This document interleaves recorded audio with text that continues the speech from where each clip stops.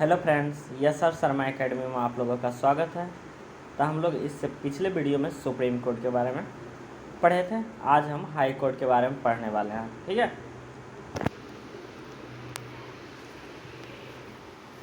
तो उच्चतम न्यायालय यानी सुप्रीम कोर्ट का जो आर्टिकल था कहाँ से कहाँ तक था, तो भाग 5 में अनुच्छेद 124 से 147 तक था, जो कि केंद्र में पूरे देश में उसका क्षेत्राधिकार चलता था। लेकिन हाई कोर्ट का जो है ये भाग 6 में 214 से 231 तक है। ठीक है, और अधीनस्थ न्यायालय जो है भाग 6 के 233 से 337 तक है। ठीक है, ये दोनों को जो है राज्य स्तर पर चलता है। ठीक है, ये जो भारत शासन अधिनियम 1935 के तहत ये प्रणाली है। ठीक है, अब बात करते हैं उच्च न्यायालय की। ठीक है, उच्च न्यायालय न्यायिक अधिकारिता क्या है, तो संबंधित राज्य या राज्य संघ क्षेत्रों में अधिकारिता, दो या दो से अधिक राज्यों या संघ राज्य क्षेत्रों के लिए एक साझा उच्च न्यायालय, जो कि 7वां संविधान संशोधन 1956 में जो हुआ था उसके तहत ये अपनाया गया। संसद किसी भी संघ राज्य क्षेत्र को उच्च न्यायालय की अधिकारिता में शामिल कर सकती है या किसी भी उच्च न्यायालय की अधिकारिता से किसी संघ राज्य क्षेत्र से बाहर कर सकती है। ठीक है, अब अगर तुलना की बात करें सुप्रीम कोर्ट और हाई कोर्ट में क्या अंतर है, तो उसके बारे में अर्थ की अगर बात करते हैं तो उच्चतम न्यायालय देश के न्याय का अंतिम न्यायालय होता है। ठीक है, जो कि राष्ट्रपति के क्षमादान के अलावा किसी कोई और सुनवाई नहीं कर सकता। ठीक है, अगर उच्च न्यायालय की बात करें तो उच्च न्यायालय संबंधित राज्यों के प्रशासन को सर्वोच्च न्यायिक निकाय है। ठीक है, कहाँ का, तो राज्य का, और उच्चतम न्यायालय जो है यह है देश का।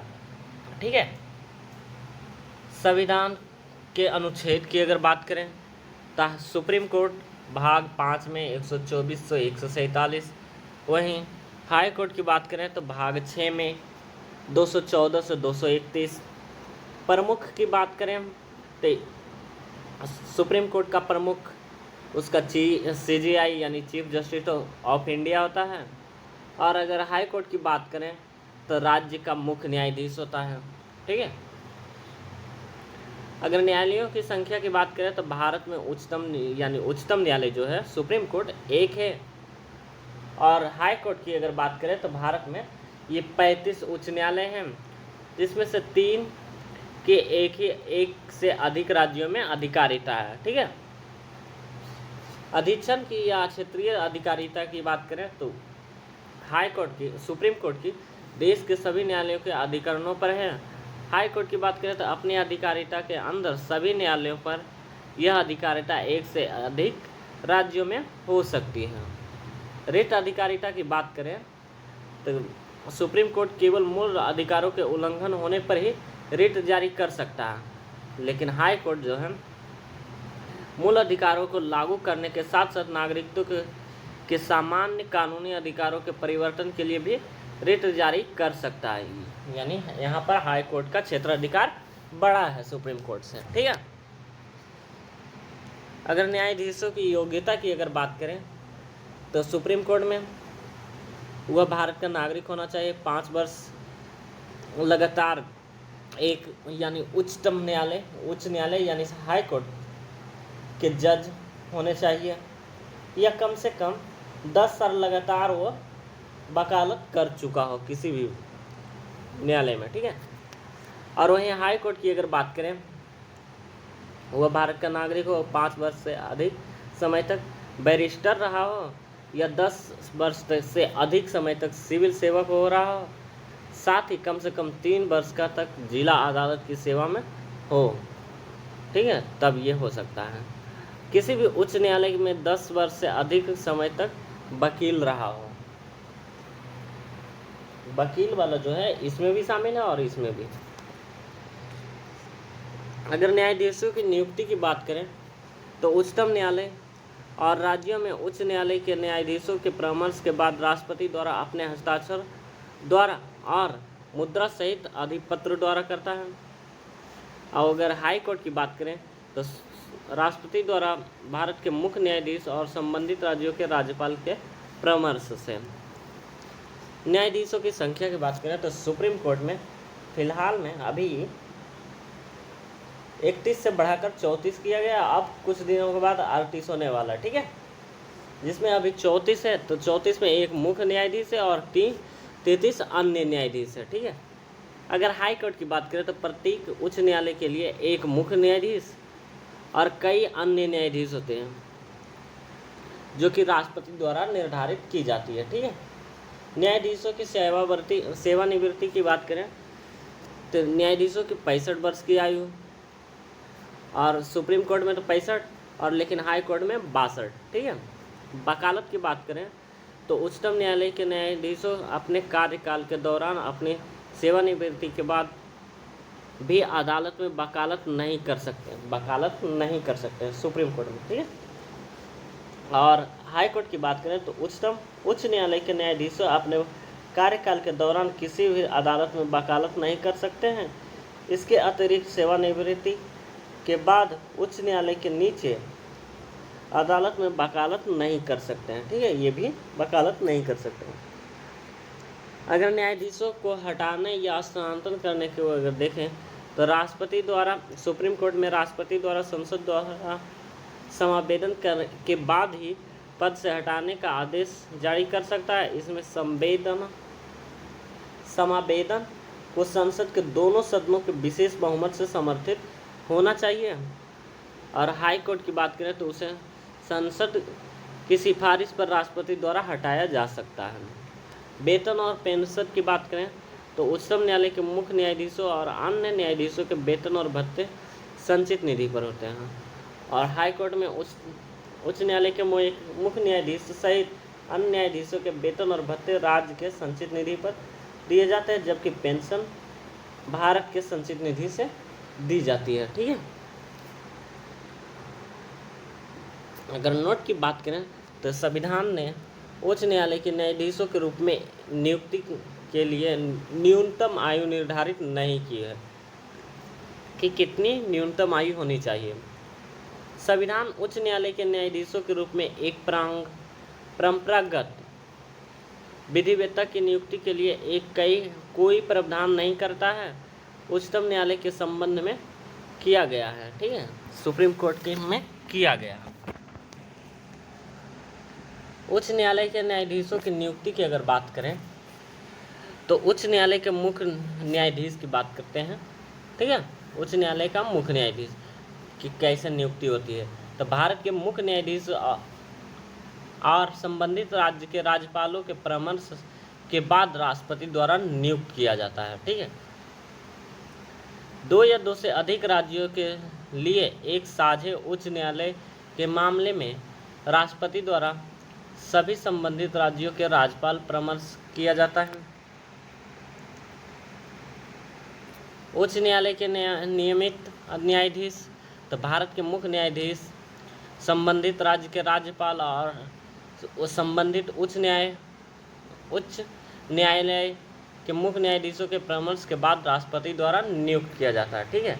अगर कार्यवाहक मुख्य न्यायाधीश की अगर बात करें, जैसे अगर वो मुख्य न्यायाधीश नहीं रहे, छुट्टी पे है या उनको पद से हटा दिया गया है तो कार्यवाहक मुख्य न्यायाधीश आते हैं, जो कि 3 स्थितियों में आ सकते हैं, ठीक है।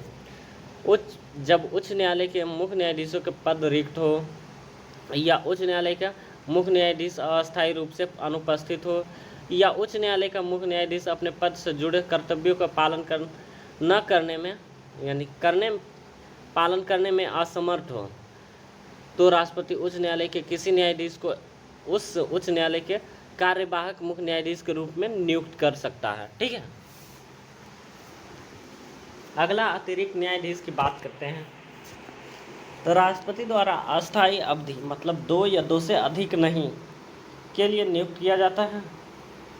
जब उच्च न्यायालय के कामकाज में अस्थायी वृद्धि होती है और उच्च न्यायालय में लंबित हो रहता है तब ये होता है अतिरिक्त न्यायाधीश की नियुक्ति। ठीक है,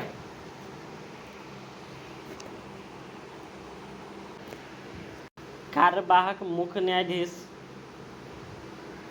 ठीक है, तो ये तो हो गया कार्यवाहक मुख्य न्यायाधीश। ठीक है, तो राष्ट्रपति द्वारा तब नियुक्त किया जाता है जब उस उच्च न्यायालय का कोई न्यायाधीश अनुपस्थित रहता है या किसी अन्य कारण से पद से जुड़े कर्तव्यों को पालन करने में असमर्थ रहता है या उच्च न्यायालय के मुख्य न्यायाधीशों के रूप में अस्थायी रूप से कार्य करने के लिए नियुक्त किया जाता है। ठीक है, जब वो उस पद पर नहीं होता तब कार्यवाहक न्यायाधीश की नियुक्ति होती है। ठीक है, अब सेवानिवृत्ति न्यायाधीश की अगर बात करें, किसी उच्च न्यायालय का मुख्य न्यायाधीश उच्च न्यायालय या किसी अन्य उच्च न्यायालय के सेवानिवृत्ति न्यायाधीशों से उस उच्च न्यायालय के न्यायाधीशों के रूप में कार्य करने की अनुरोध कर सकता है। यह केवल राष्ट्रपति और इस प्रकार नियुक्त किए जाने वाले व्यक्ति की पूर्व सहमति से ही किया जा सकता है। ठीक है, ऐसे नहीं। अगर उच्च न्यायालय के न्यायाधीश के पद रिक्त हो जाए तो, यानी रिक्ति की अगर बात करें, तो भारत के मुख्य न्यायाधीश यानी कॉलेजियम प्रणाली से परामर्श के बाद एक न्यायाधीश को जो उच्च न्यायालय से दूसरे में स्थानांतरित कर सकता है। और दूसरा कहता है, दो उच्च न्यायाधीशों के मुख्य न्यायाधीश जहां